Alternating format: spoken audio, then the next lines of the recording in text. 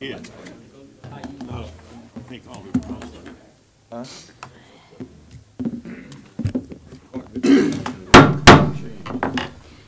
I would like to call to order this July 10th Ascension Parish Council Finance Committee meeting. Thank you all for being here tonight. Appreciate you all so much. We do have first the invocation, which will be led by Councilman Cagnalotti, and then if you all will please remain standing for the pledge, I would appreciate that. Stand. Bow our heads, please. In the Father, Son, Holy Spirit, amen. Heavenly Father, we thank you for the opportunity to gather here tonight and do the people's will for Ascension Parish. Guide us in what we do and the decisions we make so that we do what we do in their best interest. We ask that you protect those who protect us in public safety, firemen, law enforcement officials, and the U.S. military who fight for our freedom every day that we so often take for granted. In Jesus' name we pray. Amen. Amen. Amen. Pledge allegiance to the flag of the United States of America and to the republic for which it stands, one nation, under God, indivisible, with liberty and justice for all.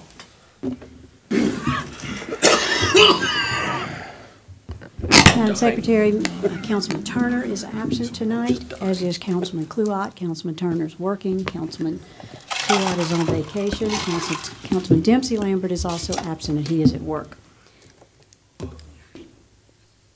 There will be one chair's addition to the agenda with the permission, of course, of the body, and that is an item on the agenda regarding the new Ascension Parish Courthouse. If there are any objections. I have a motion by Councilman Todd Lambert, a second by Councilman Aaron Lawler. Are there any objections? Hearing none, that motion passes. Excuse me? Madam Chair, because it's an addition and you need a unanimous vote, you need to do a roll call. Okay, I'll be happy to do that. Councilman, Go ahead, dear. Councilman Joseph, Yes. Councilman Dawson, Yes. Councilman Satterley, Yes. Councilman Lambert, Yes. Councilman Lawler, Yes. Councilman Cagnalotti, Yes. Councilman Johnson, sorry. Yes. That's all. And the chair certainly votes yes. There will also be, at this time, I'll be striking item number 5. That item is being moved to the Personnel Committee on Wednesday. And this item, relevant to the parish courthouse, will be item 5A. And so we'll begin that by first acknowledging that Judge Jason Vertigat is in the building. Thank you, sir, for being with us. And if Gasper is also here, and I believe that you wanted to give some explanation around this item. Thank you, Ms. Cazzo and Councilman. The construction manager at risk project for the courthouse is different than anything we've ever done, as you know. Some months ago, we selected Grace Hebert as the architect for this project, and Grace Hebert has begun meeting with the judges and the clerk of court and the sheriff's office and the parish to begin the process of the design of the courthouse. In the meantime, we began searching for, in the same process that we did the professional selection process for the architects, we're doing a very similar thing for the contractors. We had 6 contractors submit in SOQ their qualifications to do this work at risk. And this means the following. Once the selection was made by the selection committee and recommended it will be recommended to the council, the selected contractor, called the construction manager, will work for a lump sum of $90,000 with the architect for the next few months. Somewhere around the end of the year, somewhere around when the design is between 90 and 100% complete, the construction manager / contractor will present a guaranteed maximum price. And if the guaranteed maximum price is acceptable, meaning within the budget limitations of the bond issue, then he will be hired, a contract will be signed with that construction manager to construct the courthouse for that price. that essentially a lump sum price. Any changes that are made that are not due to any requests from the owners of the structure will be made at the contractor's risk. That's why it's called construction manager at risk. Any changes in prices of materials or anything else will also be the burden of the contractor. So it's a very interesting process, very good one for the parish. Should it go well. If the guaranteed maximum price at the end of that period is unacceptable to the parish, by state statute, the parish will have to advertise for competitive bids for the courthouse. So where we are now is the interviews were done, oral interviews and reviews of the statements of qualifications were done of 6 contractors. 4 were shortlisted and interviewed. 1 is going to be recommended to the council. It's Lemoyne, a very, very capable contractor.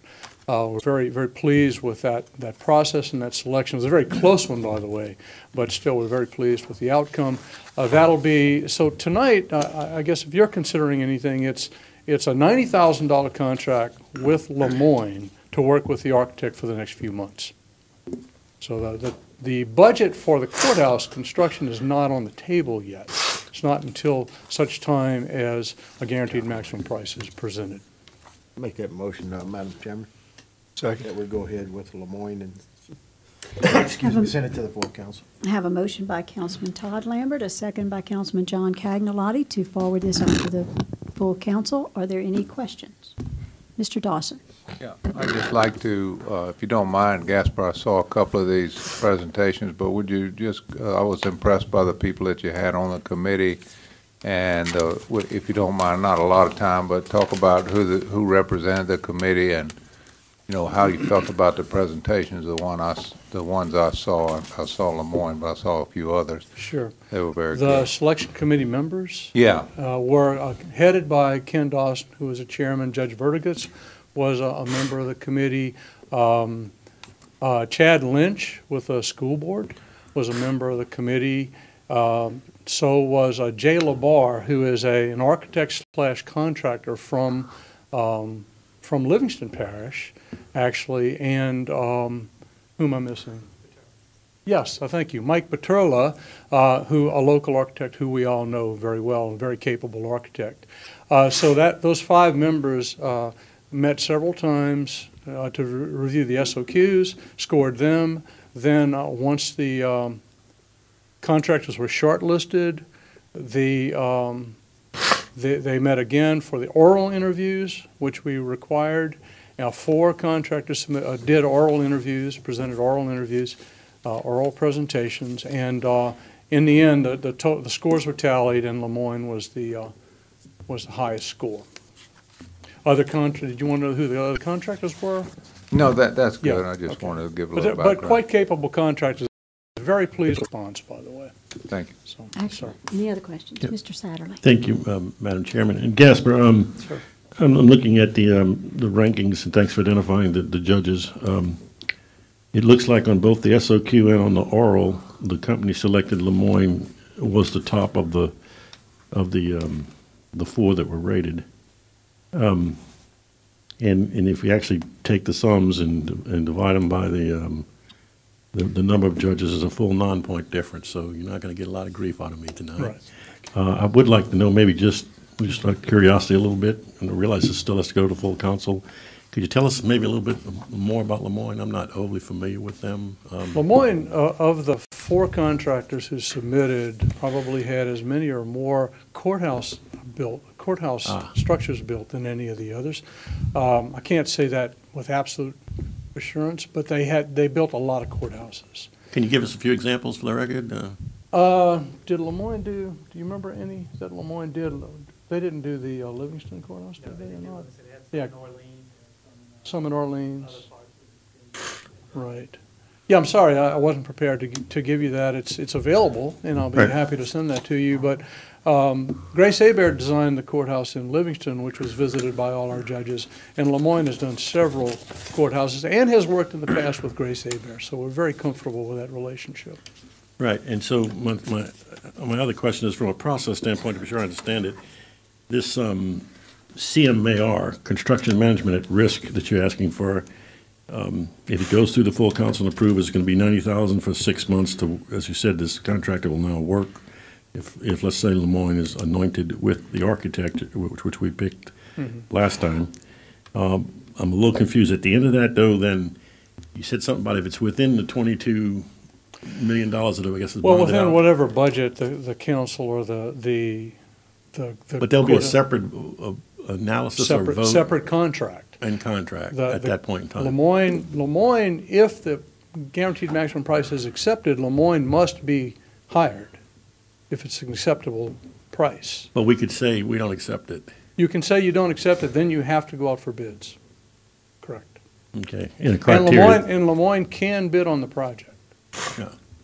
And they all would know that if they were anointed at this stage on the CMAR, they have to fall within the 22 million.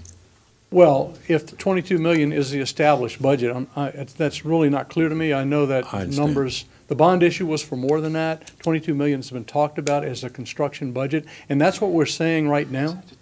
But, you know, that's up to you and to the owners of the courthouse as to whether or not that can be raised or even lowered. But we're looking at prices right now, that's all. The way the market is, the way steel prices are, there's some concern about building it for $22 million, but we're pushing for $22 million now. And I think the architect and the judges have worked, and the clerk of court has worked very closely to shrink the facility down to a square footage that's going to fit within that budget. Gaspar, I just have to ask, and this is kind of tongue in cheek, will we be using American steel here? Well, I don't know if it's required or not, but I think it is, actually. I'm referring to the tariff situation Yeah, I know, on right I know. now. There's been a lot of talk about on that. steel In and fact, aluminum. one of the questions asked by our selection committee to each of the contractors was, what happens if President Trump does tariffs and the price of steel goes crazy?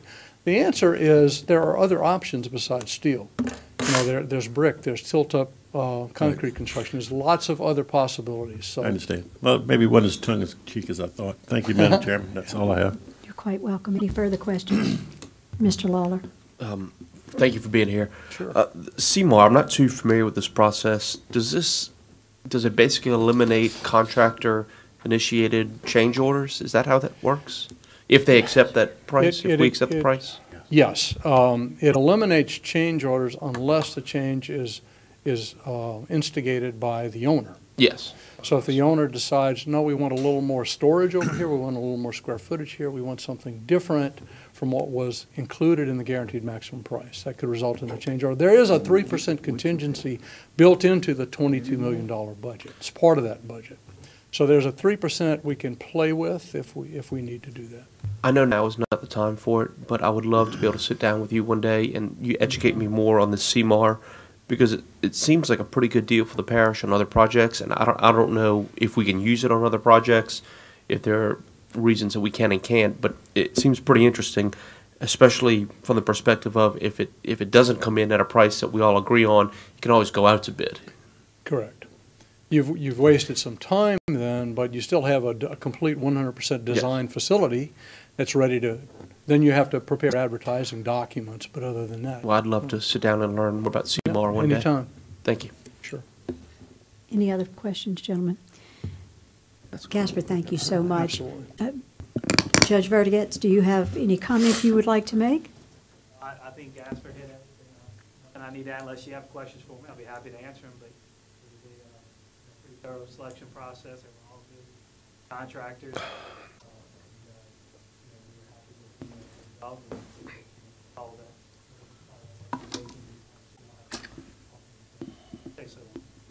Well, thank you, sir. We appreciate your being here together with Gaspar. So we have a motion and a second. Questions have been answered. Are there any objections? Hearing none, that motion passes. Thank you very much.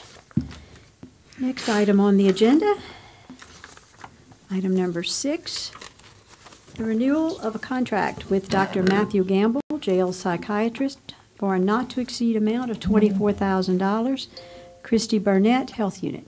Hi, Christy. Hi, thank you. Make a motion, Madam Chair. Second. I have a motion by Councilman Cagnolati, a second by Councilman Todd Lambert. Any questions? Any objections? Hearing none, that motion passes. Thank you all. Thank you very much, Christy. Now, item number 7, the monthly contract reports. Ms. Sandra? Good evening. You have before you the list of all the contracts that were entered into in the month of June.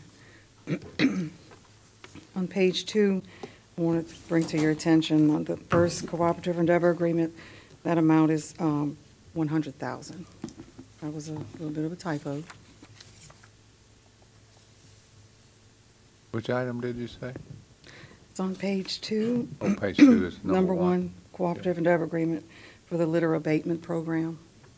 It's $100,000. 100,000, not a million, okay. Yeah. 100,000.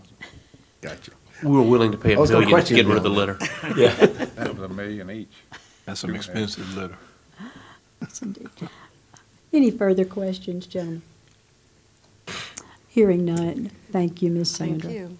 Item number 8, under the finance reports, Ms. Gwen LeBlanc, the sales and use tax report.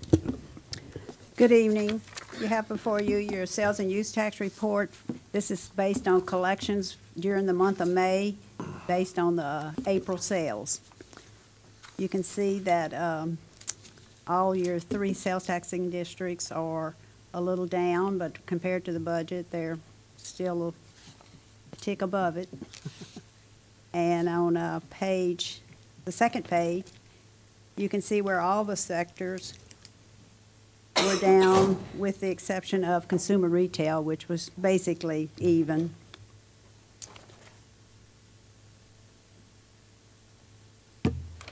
And the pie chart shows just, it gives you just an example of what is producing your sales taxes, what kind of, where is the sales taxes being collected from, and what sectors. And then the historical chart on the last page is all 3 of your sales tax districts, and just comparing it to where you were with all the other years from 2010 through 18. That's the yellow part, and the reds are the actuals of the years up since then, 2010 to 2017. If you have any questions, I'll be glad to answer.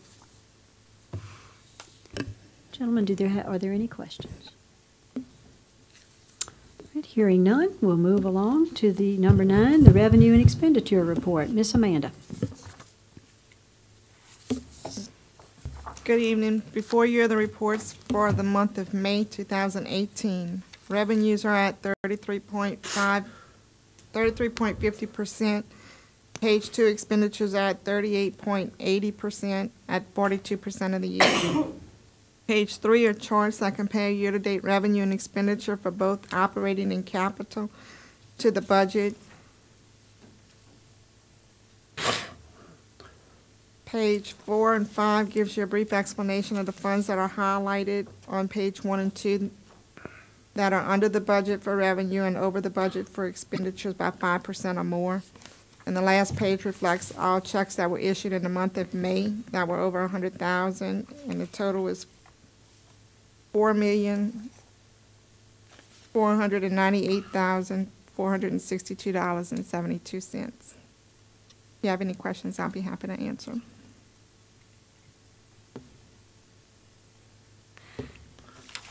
Gentlemen, do you have any questions? Mr. Dawson. Amanda, just looking at the road and bridge, let's take that as an example. So, yeah, we had budgeted about 11.6 million, and when we've taken in 3.7 million, and that shows this 32%, and that's is that 32% of the budget? Yes. And we're at 40-something% for the year. Mm-hmm. So, in this case, doesn't this come from? This is a transfer in. Is that correct? It's, why would that be running behind? It's transfers in, but it also has the parish transportation fund in it, and it has some grant money that's not in yet. There's some other revenue, and then the sales tax is 1 month behind for the transfer. Okay. So the sales tax transfer is not as of May, it must be April, is that? so Right. This would, It's 1 month this would behind. normally be behind. Okay, thank you. Any other Madam Chair. questions? Mr. Johnson? Amanda, on the last page with the checks, the fourth item from the top for the Ford pickup truck, am I right in seeing 422,000? I want to sell them. Is that hopefully for a whole bunch of trucks, or maybe that's a typo? Yeah, it's a bunch. Okay, It's more than one. Okay. all right. I don't know exactly how many, but it is more than one. For that much? I think it was like 24, something like that. I'm not- 24? 20, 24? Okay, all right, thank you.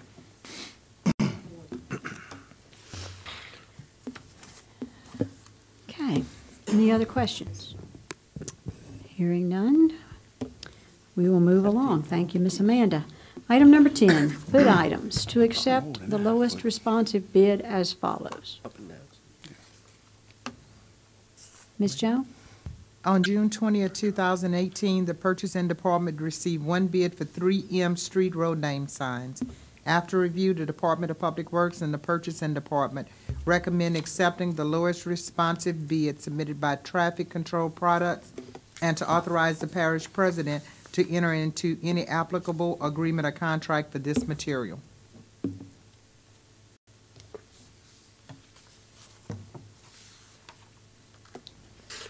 I'll make that motion, Madam Chairman. I have a motion by Councilman Todd Lambert, a second by Councilman Benny Johnson. Any questions? Any objections? Hearing none, that motion passes. On June 20th, 2018, the purchasing department received 3 bids for blinker sign flashing LED stop signs.